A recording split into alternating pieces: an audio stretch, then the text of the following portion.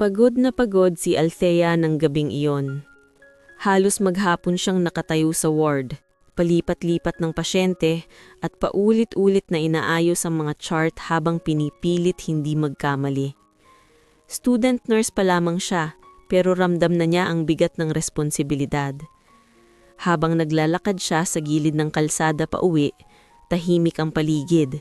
Tanging ilaw ng poste at ingay ng mga sasakyang paminsan-minsan lang ang kasama niya.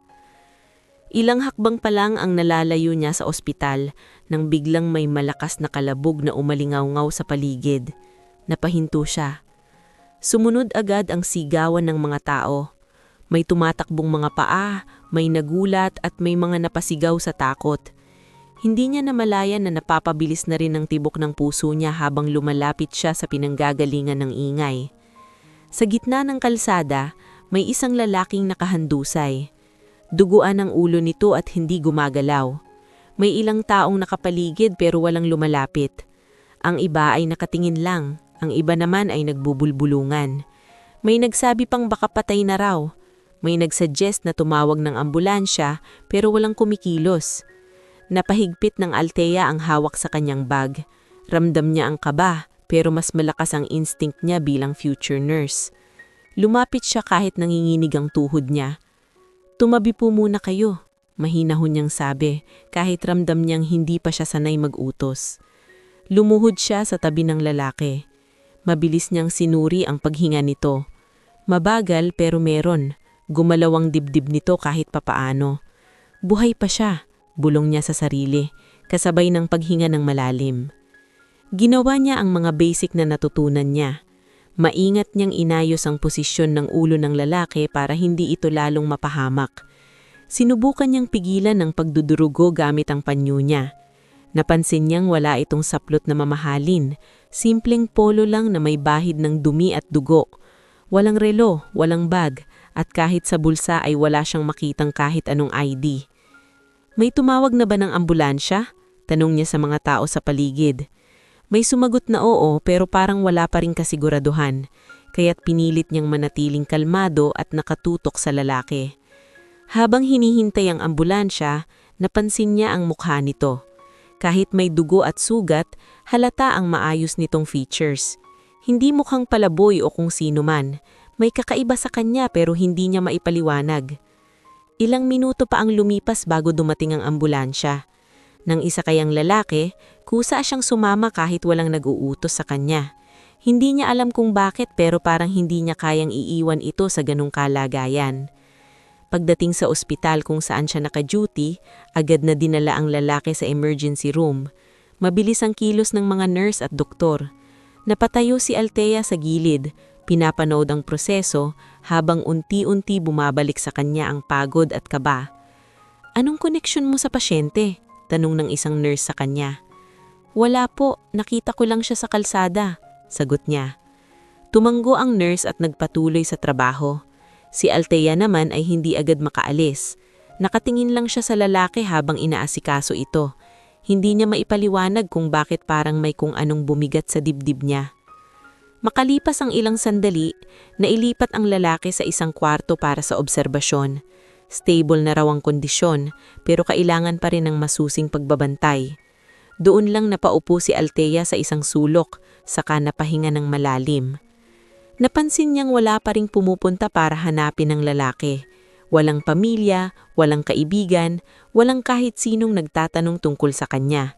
Parang bigla itong sumulpot sa mundo at walang kahit anong pinanghahawakan. Tumayo si Althea at sumilip sa loob ng kwarto. Tahimik lang ang lalaki, nakakabit ang mga aparato at wala pa ring malay. Sa sandaling iyon, may kung anong naramdaman si Althea na hindi niya inaasahan. Hindi ito awa lang, hindi rin simpleng responsibilidad. Parang may koneksyon na nabuo sa pagitan nila kahit hindi pa sila nagkakausap. Napahawak siya sa pintuan habang nakatingin dito. Sa isip niya, kung hindi siya tumigil kanina, kung hindi siya lumapit, baka wala na ang lalaking ito. At sa hindi niya maipaliwanag na dahilan, pakiramdam niya, hindi pa dito nagtatapos ang kwento nilang dalawa. Pagod na pagod si Althea ng gabing iyon. Halos maghapon siyang nakatayo sa ward, palipat-lipat ng pasyente at paulit-ulit na inaayos ang mga chart habang pinipilit hindi magkamali. Student nurse pa lamang siya, pero ramdam na niya ang bigat ng responsibilidad. Habang naglalakad siya sa gilid ng kalsada pauwi, tahimik ang paligid. Tanging ilaw ng poste at ingay ng mga sasakyang paminsan-minsan lang ang kasama niya. Ilang hakbang pa lang ang nalalayo niya sa ospital nang biglang may malakas na kalabog na umalingaw sa paligid. Napahinto siya. Sumunod agad ang sigawan ng mga tao.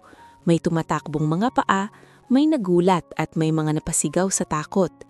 Hindi niya namamalaya na napapabilis na rin ang tibok ng puso niya habang lumalapit siya sa pinanggagalingan ng ingay. Sa gitna ng kalsada, may isang lalaking nakahandusay. Duguan ang ulo nito at hindi gumagalaw. May ilang taong nakapaligid pero walang lumalapit. Ang iba ay nakatingin lang, ang iba naman ay nagbubulong-bulungan. May nagsabi pang baka patay na raw. May nagsuggest na tumawag ng ambulansya pero walang kumikilos. Napahigpit ang hawak ni Alfia sa kanyang bag. Ramdam niya ang kaba pero mas malakas ang instinct niya bilang future nurse. Lumapit siya kahit nanginginig ang tuhod niya. "Tumabi po muna kayo," mahinahon niyang sabi kahit ramdam niyang hindi pa siya sanay mag-utos. Lumuhod siya sa tabi ng lalaki. Mabilis niyang sinuri ang paghinga nito. Mabagal pero meron. Gumalaw ang dibdib nito kahit papaano. Buhay pa siya. Bulong niya sa sarili kasabay ng paghinga ng malalim. Ginawa niya ang mga basic na natutunan niya.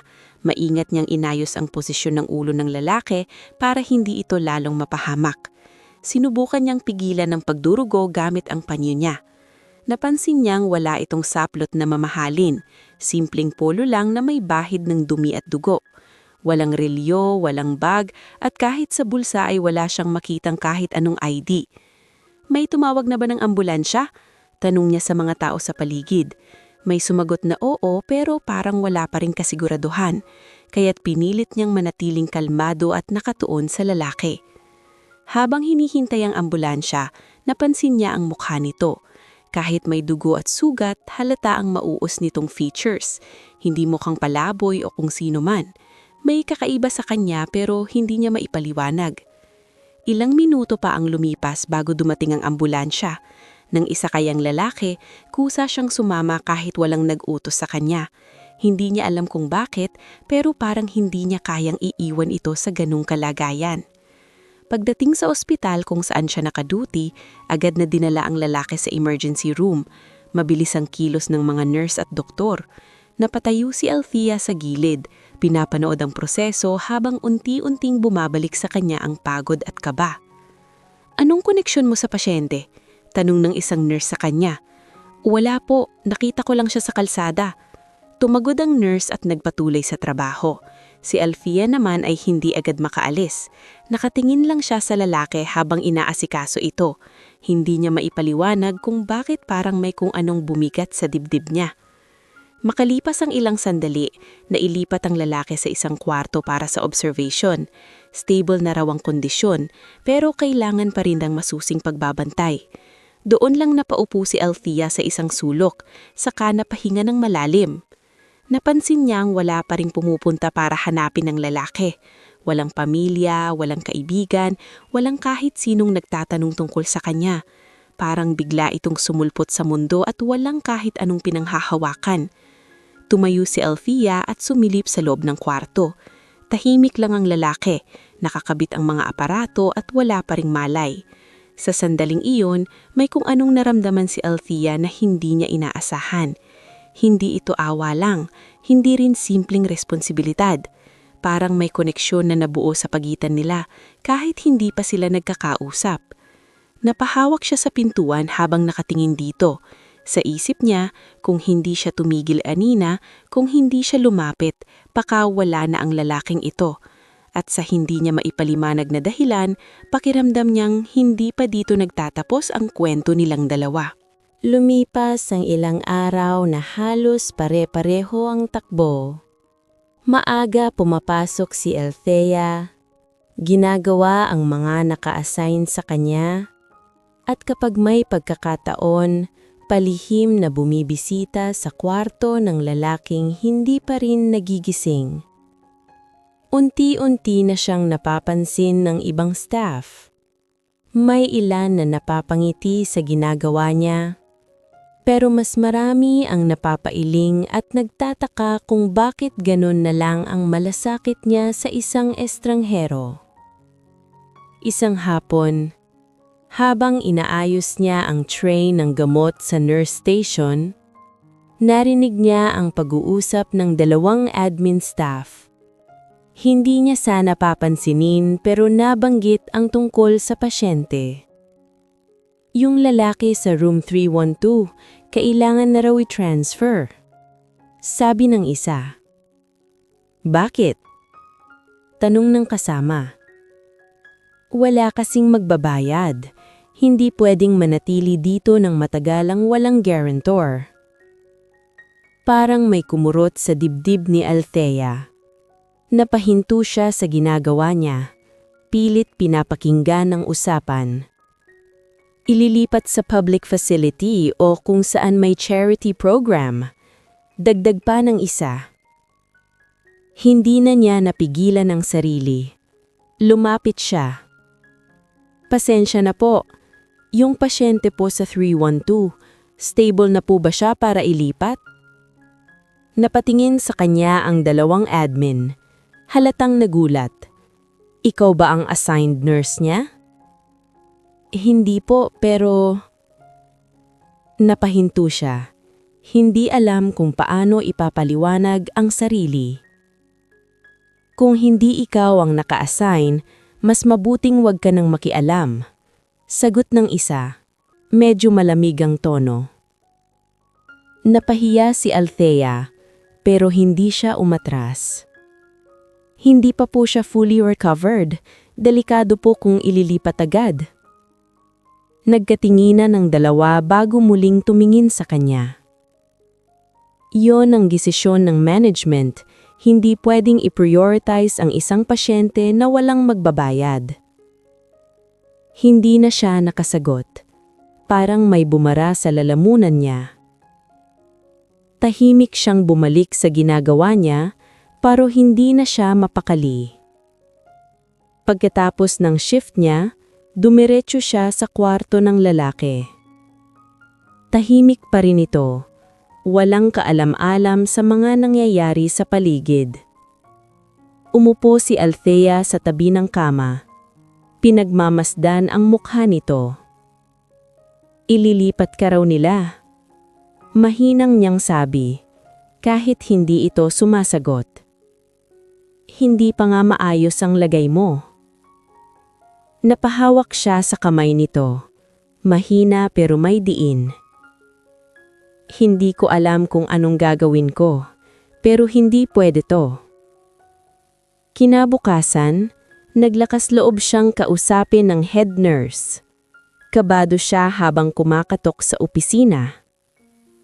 Ma'am, pwede po ba kayong makausap? Mahinang niyang tanong. Anong kailangan mo, Althea? Sagot ng head nurse habang abala sa mga papeles. Yung pasyente po sa 312, sana po wag muna siyang ilipat. Hindi pa po siya stable. Napatingin sa kanya ang head nurse. Seryoso ang mukha.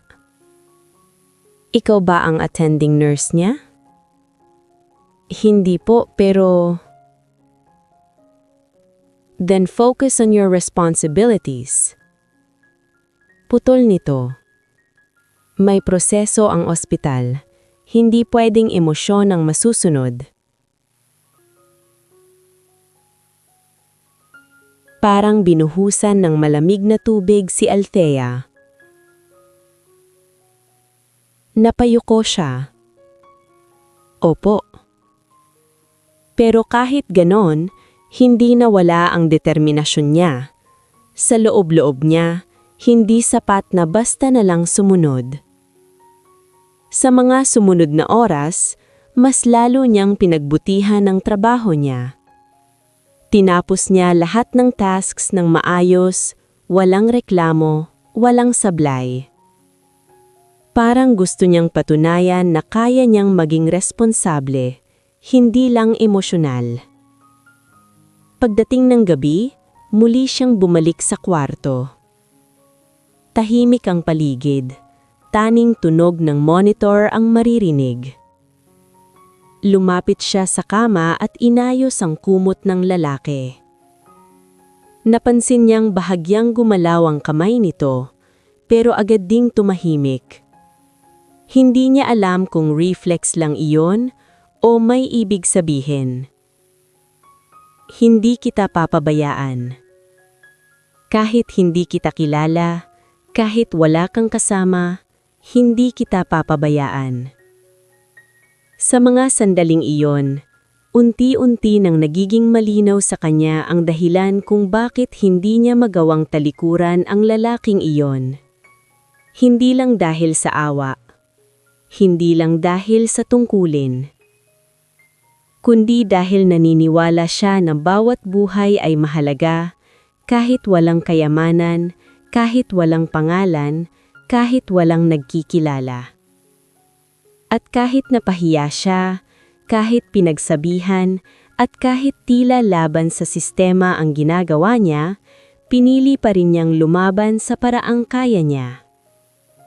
Dahil para kay Althea, ang pagiging nurse ay hindi lang trabaho. Isa itong paninindigan, at sa pagkakataong iyon, pinili niyang ipaglaban ng isang buhay na halos wala nang nagtatanggol.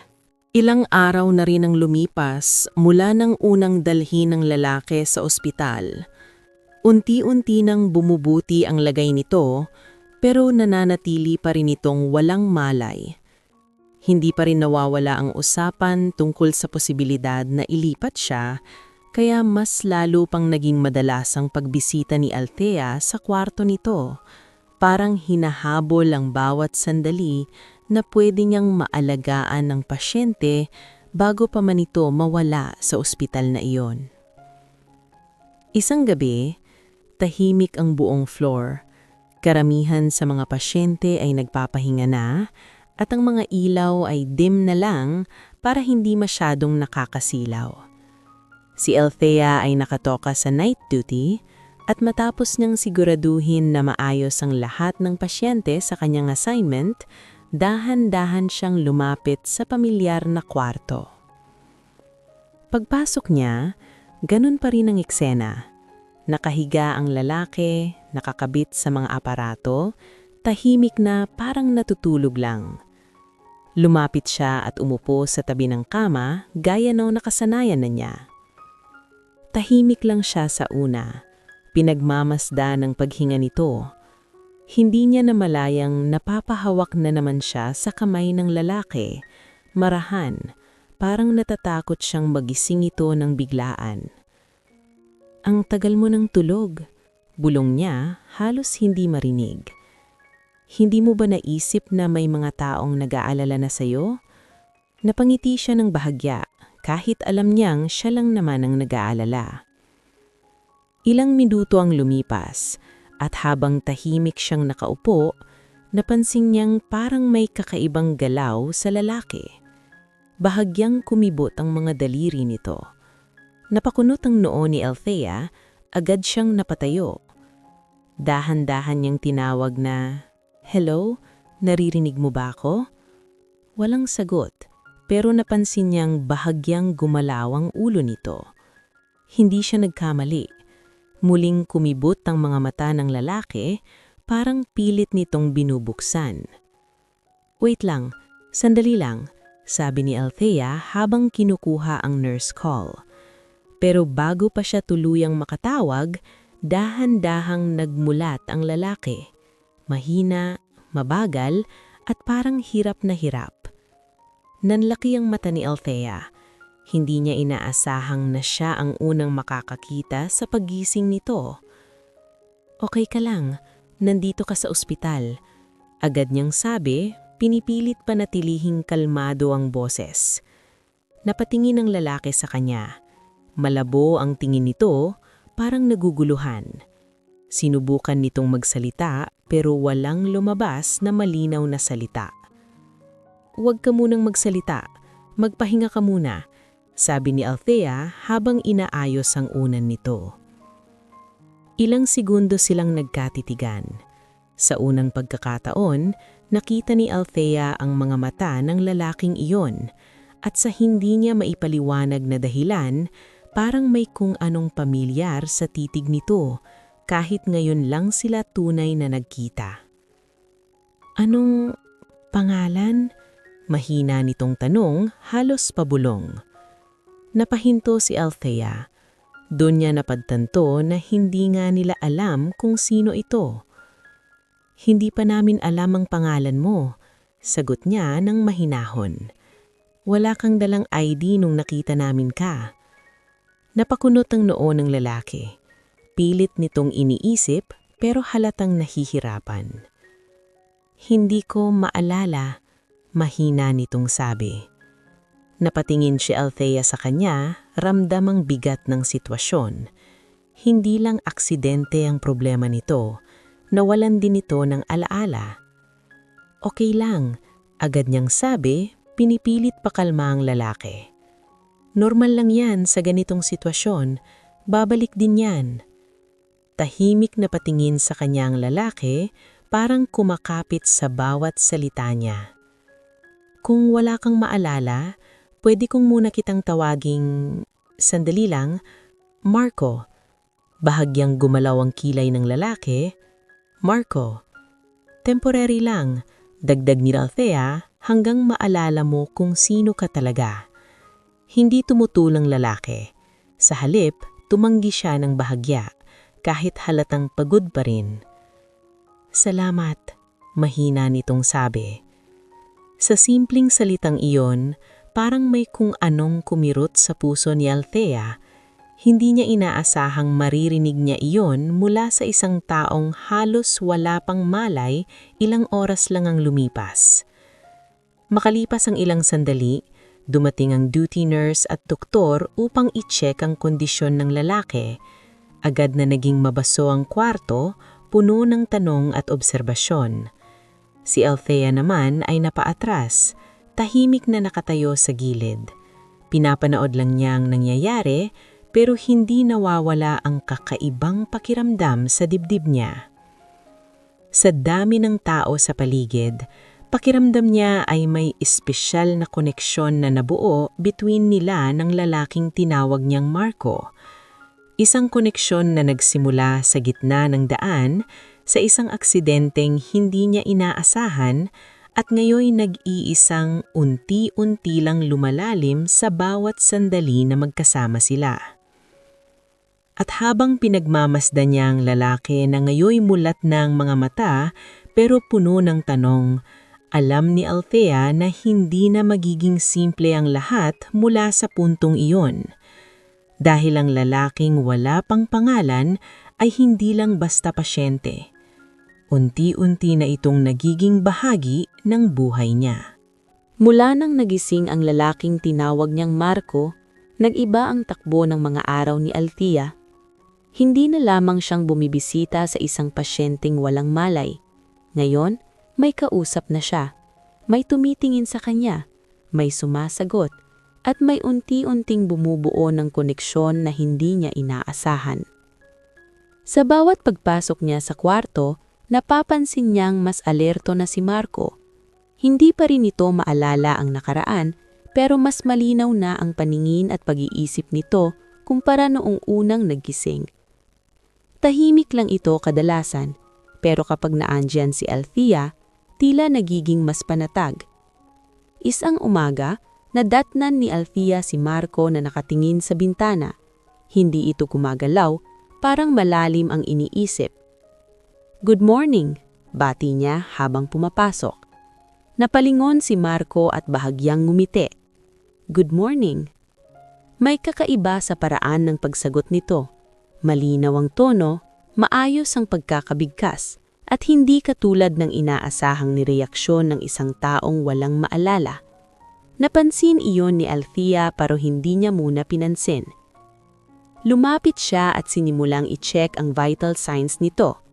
Habang ginagawa iyon, napansin niyang maingat at tahimik lang si Marco, parang ayaw makasagabal.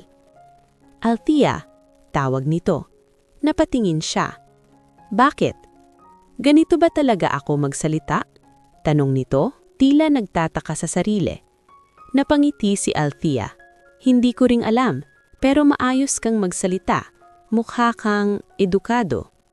Bahagyang napanotang noo ni Marco. Edukado. "Parang sanay ka sa ganitong environment. Hindi ka mukhang naliligaw lang."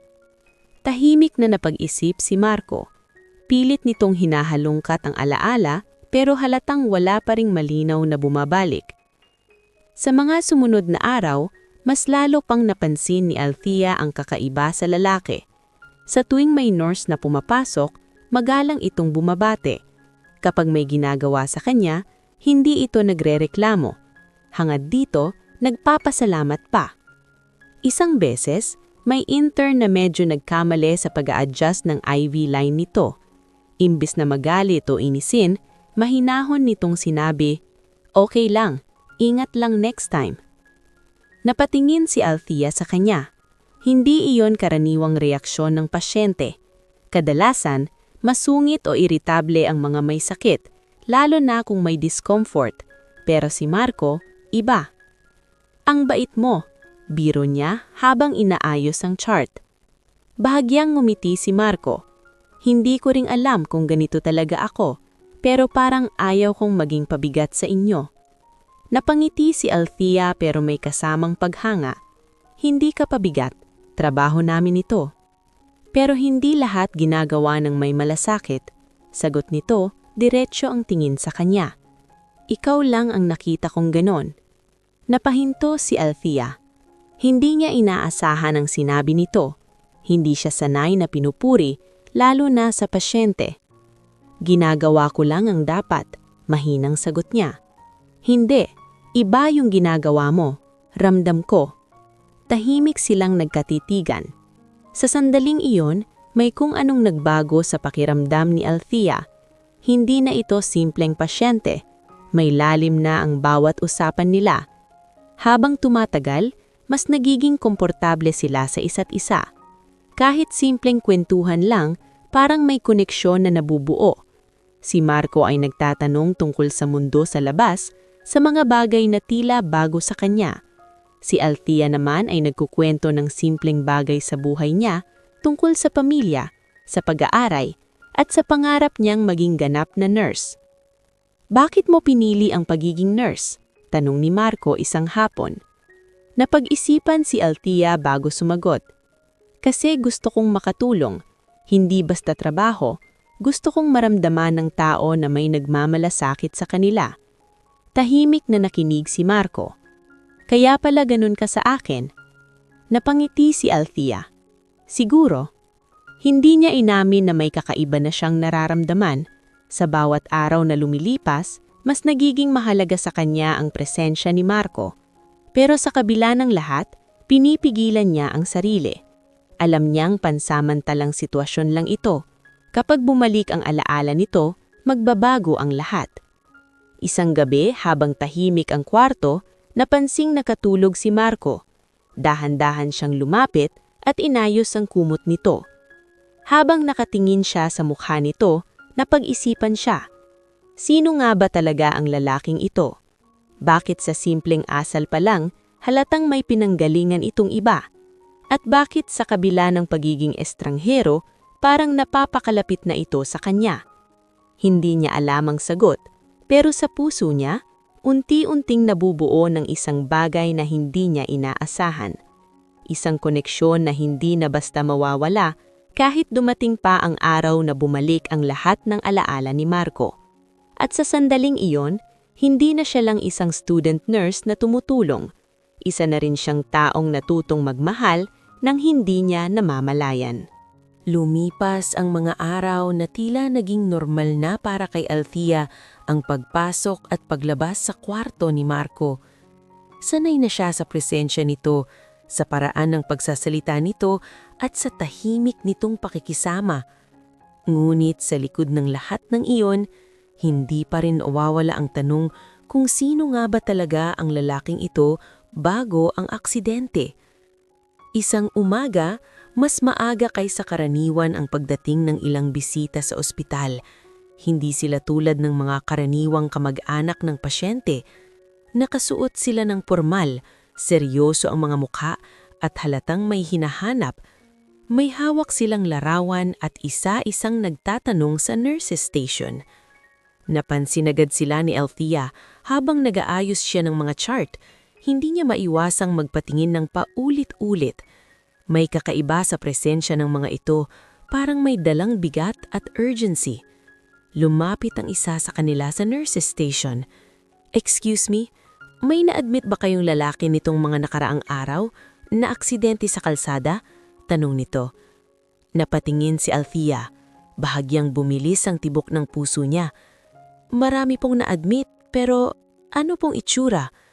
Inabot ng lalaki ang larawan. Pagkakita pa lang ni Althea, parang may kumabog sa dibdib niya. Kahawig na kahawig ng lalaking nasa room 312. Hindi man eksaktong-eksakto dahil sa sugat at pagbabago sa itsura, pero hindi siya nagkakamali.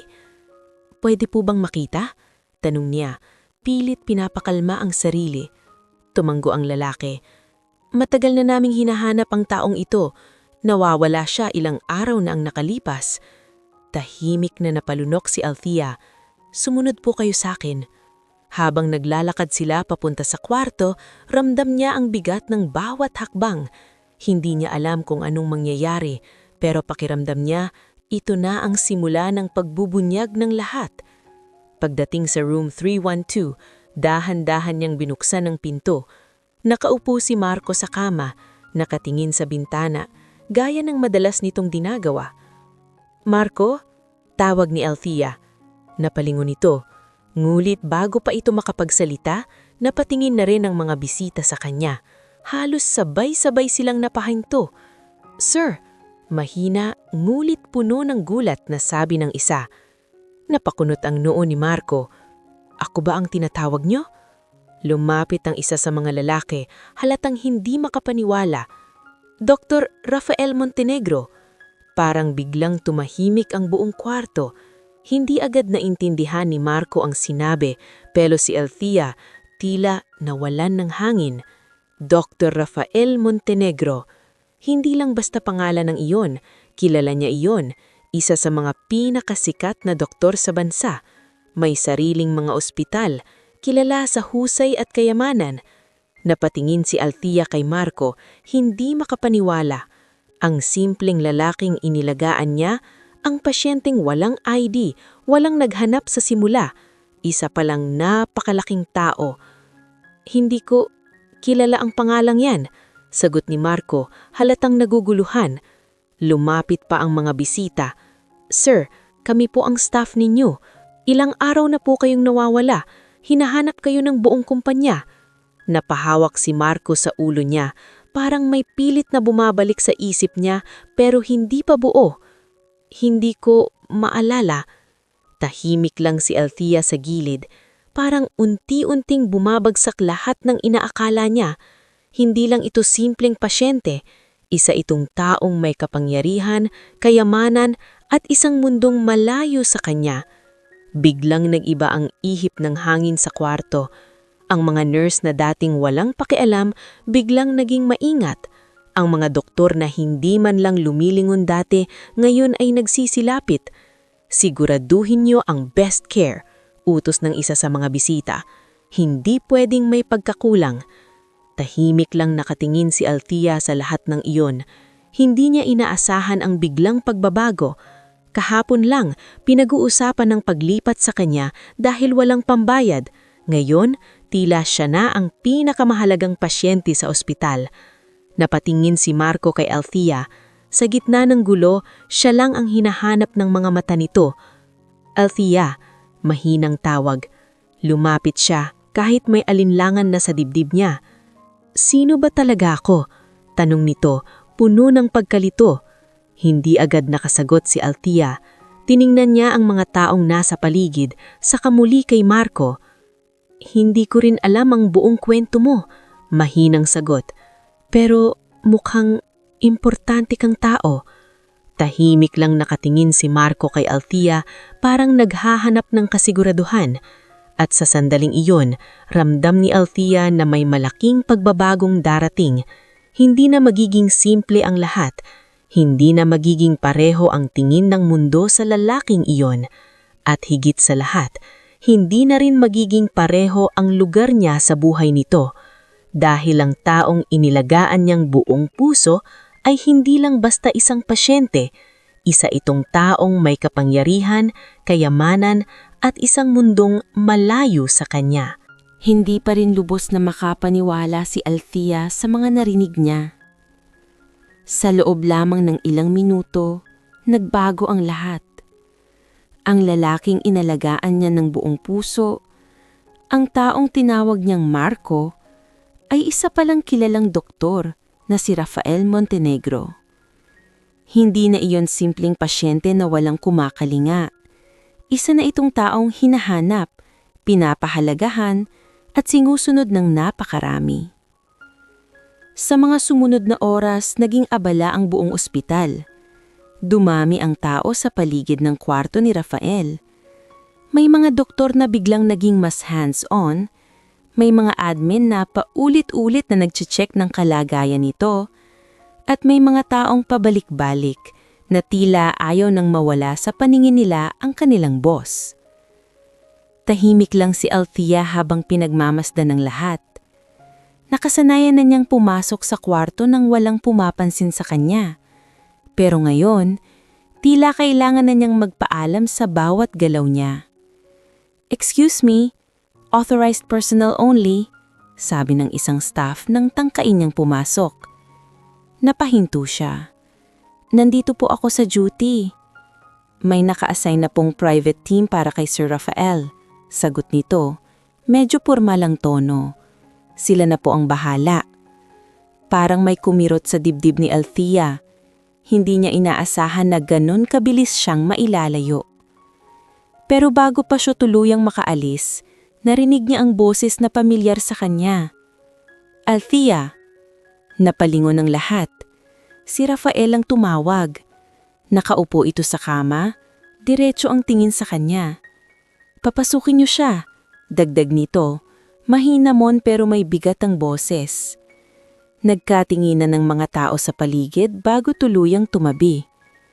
Dahan-dahang pumasok si Althea, ramdam ang bigat ng mga tingin sa kanya. Lumapit siya sa kama, hindi sigurado kung paano kikilos. Iba na ang sitwasyon. Hindi na ito ang simpleng pasyente na kinakausap niya noon. "Okay ka lang?" tanong niya. Pilit pinapanatili ang normal na tono. "Mas okay na," sagot ni Rafael.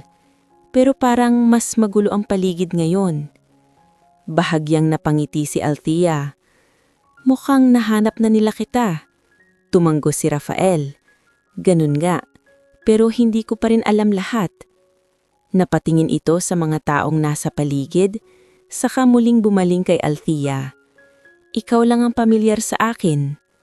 Hindi nakasagot agad si Althea. Ramdam niya ang bigat ng sinabi nito. "Sir, kailangan na po nating i-transfer kayo sa mas maayos na facility," sabat ng isa sa mga staff. Umiling si Rafael. "Hindi pa." Nagulat ang lahat. "Pero sir," "Hindi pa ako aalis dito." Ulit niya, mas matatag na ang tono. Nagkatinginan ng mga tao. Halatang hindi sanay na kontrahin ang gusto nito. "Dito muna ako," dagdag niya, saka tumingin kay Althea. Hanggat nandito siya. Parang tumigil ang oras para kay Althea. Hindi niya inaasahan na siya ang magiging dahilan kung bakit mananatili ang isang taong tulad ni Rafael sa ospital na iyon. Sa mga sumunod na araw, mas lalo pang nag-iba ang lahat. Mas naging maingat ang staff kay Rafael. Lahat ng kailangan nito ay agad na ibinibigay. Wala nang usapan tungkol sa paglipat dahil sa kakulangan sa bayad. Sa halip ay tila naging sentro na siya ng atensyon.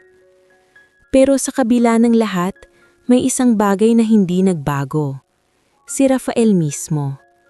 Sa bawat pagpasok ni Althea sa kwarto, pareho pa rin ang tingin nito sa kanya. Walang yabang, walang pagbabago. Parang siya pa rin ang lalaking unang nagmulat ng mata at nagpasalamat sa kanya. "Busy ka ba?" tanong nito isang hapon. "Medyo," sagot ni Althea habang inaayos ang gamit. "Pwede kang umupo sandali?" dagdag nito. Umupo siya sa tabi ng kama, tulad ng dati. "Ang daming nagbago," sabi ni Rafael. "Pero pakiramdam ko, ikaw lang ang hindi nagbago." Napangiti ng bahagya si Althea. "Siguro kasi hindi naman ako parte ng mundo mo." Tahimik si Rafael sandali bago sumagot. "Hindi ko pa alam ang buong mundo ko, pero sigurado akong naging parte ka na nito." Napahinto si Althea. Hindi niya alam kung paano sasagutin yon. Sa labas ng kwarto, naririnig niya ang bulong-bulong ng ibang staff. Ang swerte niya. Nakaklose niya agad si Sir Rafael.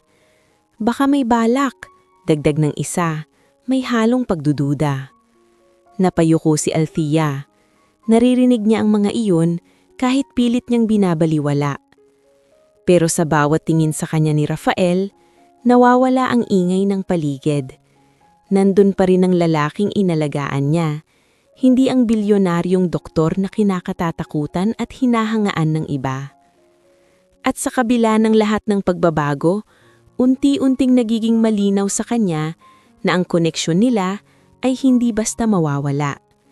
Dahil kahit nagbago ang tingin ng mundo kay Rafael, hindi nagbago ang paraan ng pagtingin nito sa kanya. At iyon ang bagay na hindi kayang palitan ng kahit anong kayamanan o kapangyarihan. Sa mga sumunod na araw, naging mas malinaw ang epekto ng pagbubunyag ng tunay na pagkatao ni Rafael sa buong ospital. Halos bawat galaw nito ay binabantayan, bawat pangangailangan ay inaasikaso agad, at bawat staff ay tila nag-uunahan na mapansin nito. Ang dating simpleng kwarto ay napalitan ng mas maayos na kagamitan, mas tahimik na paligid at mas istriktong seguridad. May ilang beses na sinubukan ng team ni Rafael na kausapin siya tungkol sa paglipat sa isang mas eksklusibong facility. Ipinapaliwanag nila na mas kumpleto ang kagamitan doon at mas magiging komportable siya. Ngunit sa tuwing mababanggit iyon, iisa lang ang sagot niya. "Dito muna ako." Hindi niya ipinapaliwanag ng diretsyo pero alam ng lahat na may dahilan siya. At sa bawat pagkakataon na binabanggit iyon, kusang napapatingin ng mga tao kay Althea. Unti-unting naging usapan sa ospital ang pangalan niya. Hindi na siya basta student nurse.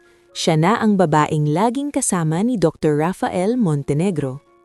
Isang tanghali habang nasa locker area si Althea, narinig niya ang bulungan ng ilang nurse.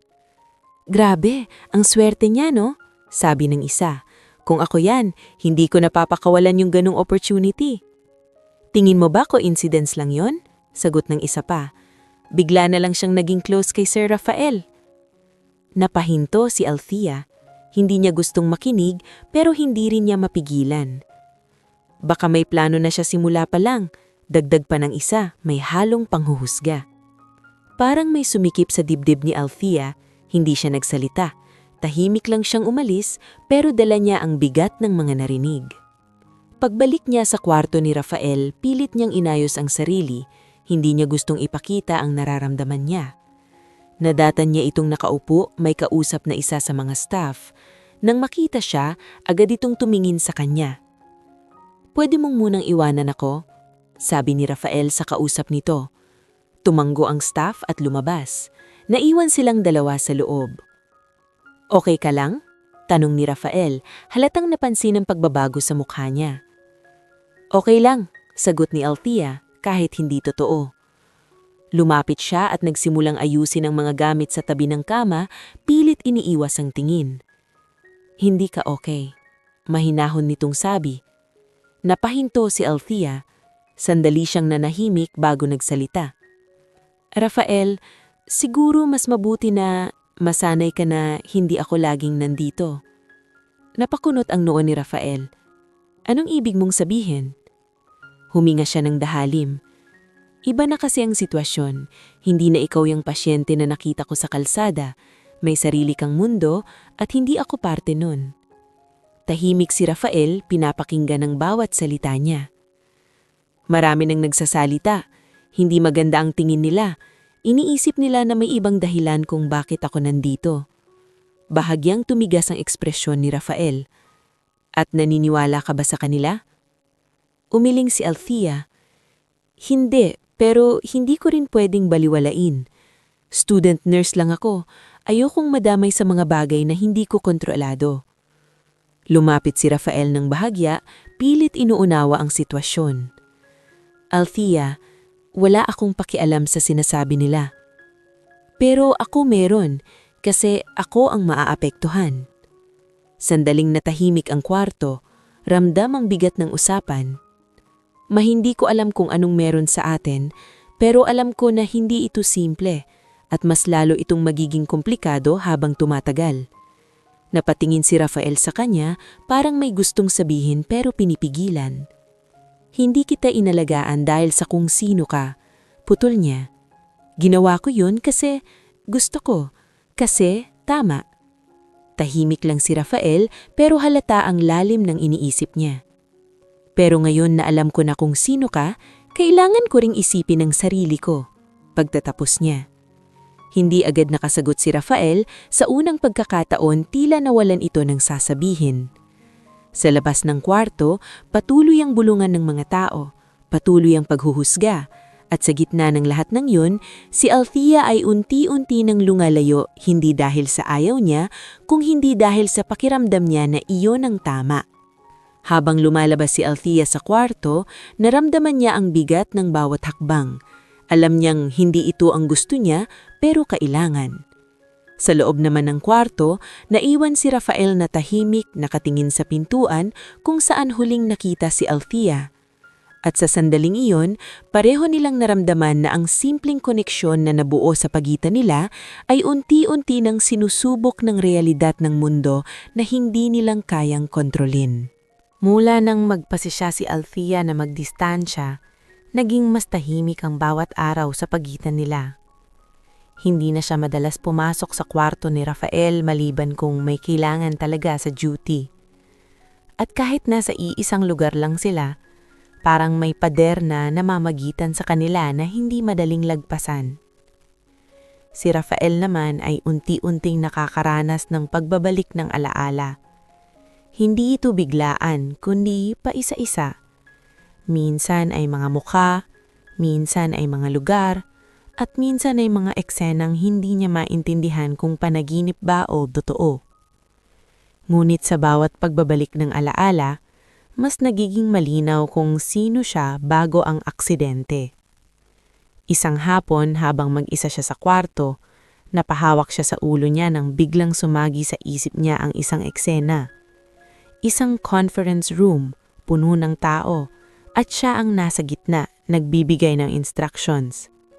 Malinaw ang boses niya, matatag, at sinusunod ng lahat. "Sir, kailangan natin ng desisyon ngayon," sabi ng isang lalaki sa alaala niya. Napapikit si Rafael. Kasunod noon, may isa pang eksena. Isang pribadong sasakyan. May kausap siya sa telepono at tila abala sa mga plano.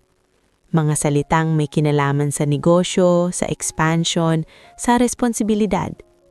Bigla siyang napamulat. Mas mabilis na ang tibok ng puso niya. Unti-unti niyang naalala. At sa bawat alaala na bumabalik, mas lumalayo ang pakiramdam niya sa simpleng buhay na naranasan niya kasama si Althea. Kinabukasan, dumating ang isa sa mga senior staff niya. Nagdala ito ng ilang dokumento at tahimik na inilapag sa mesa. "Sir, kailangan na po ninyong balikan ng ilang importanteng bagay. Marami pong nakahintay na desisyon mula sa inyo." Tahimik na tinignan ni Rafael ang mga papeles. Parang hindi pa siya handa, pero alam niyang hindi niya ito matatakasan. "Unti-unti ko nang naalaala," sagot niya. "Magandang balita po yon, sir. Mas madali na po kayong makakabalik sa normal." Normal? Napatingin si Rafael sa bintana. Hindi niya alam kung alin ang normal. Ang buhay ba niya bilang isang kilalang doktor at bilyonaryo o ang mga araw na tahimik niyang kasama si Althea? Habang lumilipas ang oras, mas nagiging abala siya. Mas dumadalas ang pagpasok ng mga tao may dalang trabaho. Mas kaunti na ang oras niya para sa katahimikan. At sa kasabay noon, mas nagiging malamig ang pakikitungo niya kay Althea. Hindi dahil sa ayaw niya, kundi dahil sa pakiramdam niya ay iyon ang tama. Isang gabi, pumasok si Althea sa kwarto para sa routine check. Tahimik lang siya, hindi na tulad ng dati na may kasamang kwento o simpleng usapan. "Vitals mo okay naman," sabi niya habang sinusulat sa chart. Tahimik lang si Rafael, pinagmamasdan siya. "Althea?" tawag niya. Napahinto siya pero hindi agad tumingin. "Yes?" Naalala ko na kung sino ako. Dahan-dahan siyang napatingin. "Talaga?" Tumanggo si Rafael. "Halos lahat." Sandaling natahimik si Althea. Hindi niya alam kung matutuwa ba siya o malulungkot. "Good for you," mahinahong sagot niya. Ngumiti ng bahagya si Rafael pero may lungkot sa mata. "Oo, good nga." Tahimik ulit ang kwarto. Ramdam ang distansya na unti-unting lumalaki. "Siguro mas mabuti na ganito. Mas malinaw na kung saan dapat ang bawat isa." Parang may kumirot si puso ni Althea pero pinilit niyang manatiling kalmado. "Oo, tama ka. Hindi kita dapat ilapit sa mundo ko. Mas magulo kaysa sa iniisip mo." Hindi sumagot si Althea. Tahimik lang siyang nagpatuloy sa ginagawa niya. "Althea?" Muli nitong tawag. Pero sa pagkakataong iyon, hindi na siya tumingin. "Kailangan ko na pong umalis, may iba pa akong pasyente." Hindi na siya naghintay ng sagot. Tahimik siyang lumabas ng kwarto, pero sa bawat hakbang, mas nararamdaman niya ang bigat sa dibdib niya. Sa kabilang banda, naiwang si Rafael na nakatitig sa pintuan. Alam niyang siya mismo ang lumalayo pero hindi niya mapigilan. Dahil sa pagbabalik ng alaala niya, bumalik din ang responsibilidad, ang mundo, at ang realidad na matagal niyang nakalimutan. At sa mundong iyon, hindi niya alam kung may lugar pa para sa isang simpleng student nurse na nagligtas sa kanya. Samantalang si Althea, sa gitna ng sakit at pagkalito, pinili na lang na ituon ng sarili sa pag-aaral at sa pangarap niya. Pinilit niyang ibalik ang dating routine kahit alam niyang may kulang na. Pareho silang nagpatuloy, pero pareho rin silang may iniwang bahagi ng sarili nila sa isa't isa. At kahit walang nagsasabi, malinaw na pareho silang nahihirapan sa distansyang sila mismo ang naglagay. Lumipas ang mga araw na tila bumalik sa dati ang takbo ng buhay ni Althea. Pero sa loob-loob niya, alam niyang hindi na ito katulad ng dati. Ginagawa niya ang lahat ng responsibilidad bilang student nurse. Mas pinagbubuti pa niya ang bawat galaw, bawat proseso. Parang pilit niyang tinatakpan ang bahagi ng sarili niyang may hinahanap. Hindi na siya basta pumapasok sa kwarto ni Rafael, at si Rafael naman abala na rin sa mga dokumento, meeting, at mga taong pabalik-balik sa kanya. Sa panlabas, parang pareho na silang nakamove on, pero sa tahimik na bahagi ng gabi, may mga bagay pa ring hindi nila kayang takasan. Isang hapon, naging magulo ang emergency area ng ospital. May sunod-sunod na pasyente ang dumating dahil sa isang aksidente sa kalsada. Nagkakagulo ang mga nurse at doktor, nagmamadali ang lahat at halos walang pahinga ang bawat isa. Si Althea ay kabilang sa mga tumulong. Kahit pagod, hindi siya nag-atubiling kumilos. Isa-isa niyang tinulungan ng mga pasyente, inaasikaso ang sugat at nagbibigay ng paunang lunas. Sa gitna ng kaguluhan, may isang pasyente na biglang nag-collapse. Nagsimulang magpanik ang mga tao sa paligid. "Wala siyang pulse!" sigaw ng isang intern. Hindi nagdalawang isip si Althea. Lumapit siya agad at sinimulan ang CPR. Nanginginig ang amay niya sa una, pero pinilit niyang mag-focus. Count. 1, 2, 3. Paulit-ulit niyang sinasabi habang pinipilit ibalik ang tibok ng puso ng pasyente. Pero sa gitna ng ginagawa niya, may nahulog na kagamitan sa tabi dahilan para bahagyang madulas ang paa niya. Nawalan siya ng balanse at muntik na siyang tumama sa matulis na bahagi ng stretcher. Napapikit siya, inaasahan ang sakit, pero may kamay na mabilis na humawak sa kanya. Mag-ingat ka! Dahan-dahan siyang nagmulat ng mata. Si Rafael ang nasa harap niya, hawak siya sa braso, seryoso ang mukha. Hindi niya napansin kung kailan ito dumating, pero naroon ito sa mismong sandaling kailangan niya ng tulong. Ayos ka lang? Tanong nito, halatang nag-aalala. Hindi agad nakasagot si Althea, nakatitig lang siya dito, parang natigilan sa nangyari. Focus, Althea. Dagdag ni Rafael, mas kalmado na ang boses. Kaya mo yan. Parang bumalik ang lakas ni Althea sa simpleng salitang iyon. Tumanggo siya at muling bumaling sa pasyente. Magkasabay silang kumilos. Si Rafael ang nagbigay ng instructions, mabilis at eksakto, habang si Althea ang sumunod sa bawat galaw. Continue compressions. Utos nito. Ginawa niya iyon ng walang pag-aalinlangan. Ilang minuto ang lumipas at sa wakas bumalik ang pulse ng pasyente. Napahinga ang lahat sa paligid. Dahan-dahang napaupo si Althea, ramdam ang pagod at kaba na ngayong lang bumuhos sa kanya. Good job, mahinang sabi ni Rafael habang nakatingin sa kanya. Napatingin siya dito, hindi alam kung ano ang sasabihin. Kung hindi ka nandoon, baka hindi siya nakaligtas. Dagdag pa nito. Umiling si Althea. Team effort yon. Tahimik silang nagtatitigan. Sa gitna ng ingay ng ospital, parang sila lang ang tahimik. Hindi ko kaya na may mangyari sa'yo, biglang sabi ni Rafael. Napakunot ang noo ni Althea. Ano? Huminga ng malalim si Rafael. Parang matagal nang kinikimkim ang sasabihin. Simula nang maalala ko ang lahat, sinubukan kong ilayo ka sa mundo ko. Tahimik lang si Althea, pinakikinggan siya. Akala ko iyon ang tama para hindi ka madamay sa mundo ko. Patuloy nito. Pero mali ako.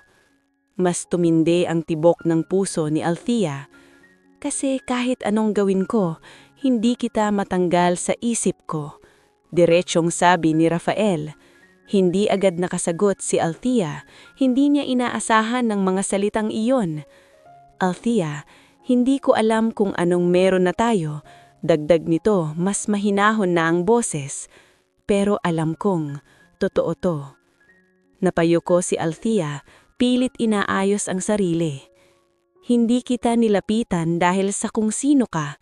Sagot niya mahina pero malinaw. At hindi rin kita lalayuan dahil sa kung sino ka. Napatingin si Rafael sa kanya tila naghihintay ng kasunod. Pero natakot ako, dagdag ni Althea, sa mga tao, sa sitwasyon, sa lahat. Lumapit si Rafael ng bahagya. Hindi mo kailangang matakot mag-isa. Dahan-dahang napatingin si Althea sa kanya. Sa unang pagkakataon matapos ang lahat ng nangyari, muling bumalik ang dating pakiramdam. Yung koneksyon na hindi nawala kahit sinubukan nilang pigilan.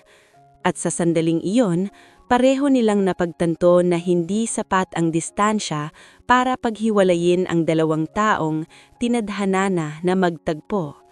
Hindi na nila kayang itanggi pa dahil sa gitna ng gulo, sa gitna ng sakit at sa gitna ng pagbabago, nahanap nila ang isa't isa at hindi na nila iyon kayang pakawalan muli.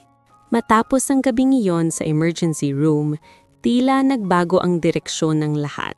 Hindi na muling binalikan ni na Althea at Rafael ang distansyang pilit nilang itinayo. Sa halip, mas naging malinaw sa kanila ang halaga ng bawat sandaling magkasama sila. Hindi na ito tungkol sa kung sino ang mas mataas o mas may kaya, kundi kung sino ang nanatili noong wala pang kahit anong label ang lahat. Ilang linggo matapos ang insidente, tuluyan nang nakarecover si Rafael at nakalabas na rin ng ospital. Marami ang nag-akalang iyon na ang huling araw na makikita siya ni Althea. Marami rin ang naghintay kung ano ang susunod na mangyayari sa kanila. Pero si Althea, pinili niyang ituon ng sarili sa mas mahalagang bagay para sa kanya, ang pagtatapos ng kanyang pag-aaral. Bumalik siya sa normal na routine bilang student nurse, gumigising ng maaga, pumapasok sa duty, nag-aaral sa gabi, at patuloy na pinagbubuti ang bawat ginagawa. Hindi na siya umaasa sa kahit anong tulong mula kay Rafael kahit alam niyang kayang-kaya nitong ibigay ang lahat ng kailangan niya. Isang hapon, habang nasa library siya at nagre-review, may lumapit na staff mula sa admin at may iniabot na sobre. "Para sa'yo daw," sabi nito. Nagtaka si Althea. Dahan-dahan niyang binuksan ng sobre. Sa loob ay isang liham at isang scholarship grant na magbibigay sa kanya ng pagkakataong makapagtapos ng walang alalahanin sa gastos. Napahinto siya. Alam niya kung kanino iyon galing kahit walang pangalan. Kinabukasan, hindi niya inaasahan na makikita si Rafael sa labas ng ospital. Hindi na ito naka-confine. Nakasuot ito ng maayos, mukhang bumalik na sa dati nitong buhay. Pero iba na ang aura nito. Mas kalmado, mas tahimik. "Hindi mo kailangang gawin yon," bungad ni Althea habang hawak ang sobre. Gumiti ng bahagya si Rafael. "Hindi ko ginawa dahil kailangan mo. Ginawa ko dahil gusto kong makatulong." "Pero kaya ko naman," sagot ni Althea. "Alam ko," mabilis niyang tugon, "at iyon ang dahilan kung bakit ka mas lalo kitang hinahangaan." Tahimik si Althea. Hindi niya alam kung paano tatanggapin ang tulong nang hindi nawawala ang pride niya. "Hindi ito kapalit ng kahit ano," dagdag ni Rafael. "Hindi kita binabayaran sa ginawa mo. Gusto ko lang na hindi ka mahirapan sa pag-abot ng pangarap mo." Dahan-dahang huminga si Althea. Sa paraan ng pagsasalita ni Rafael, naramdaman niyang walang bahid ng obligasyon ang lahat. Totoo lang ang intensyon nito. "Salamat," mahinang niyang sagot. Mula noon, naging mas maayos ang takbo ng pag-aaral ni Althea. Nakapag-focus siya ng mabuti at sa bawat araw na lumilipas, mas nagiging malapit siya sa pangarap niyang maging ganap na nurse. Hindi naging madali ang lahat. Marami pa ring pagsubok, pagod at sakripisyo. Pero hindi siya sumuko. Sa halip, mas naging matatag siya. Dumating ang araw ng graduation, nakasuot siya ng puting uniforme, hawak ang diploma at may ngiti sa labi. Sa gitna ng maraming tao, hinanap ng mga mata niya ang isang pamilyar na mukha. At naandoon si Rafael. Tahimik na nakatayo sa likod, pinapanood siya. Pagkatapos ng seremonya, dahan-dahan itong lumapit. "Congratulations, Nurse Althea," sabi nito, may ngiti sa labi. Napangiti si Althea. "Salamat." "Proud ako sa iyo," dagdag ni Rafael. "Mas proud ako sa sarili ko," sagot niya may halong biro pero puno ng katotohanan. Tumanggo si Rafael, at tama lang iyon. Sa mga sumunod na buwan, nagsimula si Althea bilang ganap na nurse sa ospital. Hindi na siya ang nahihiya at kinakabahang student nurse. Isa na siyang profesional na may kumpiyansa sa sarili. At sa bawat araw na dumadaan, patuloy na lumalalim ang relasyon nila ni Rafael. Hindi ito minadali, hindi ito pinilit. Hinayaan nilang mag-grow ng natural base sa respeto at tiwala na nabuo mula sa simula. Hindi naging hadlang ang status, ang pera, o ang mundo na magkaiba ang pinanggalingan nila. Dahil sa huli, hindi iyon ang naging sukatan ng pagmamahal nila.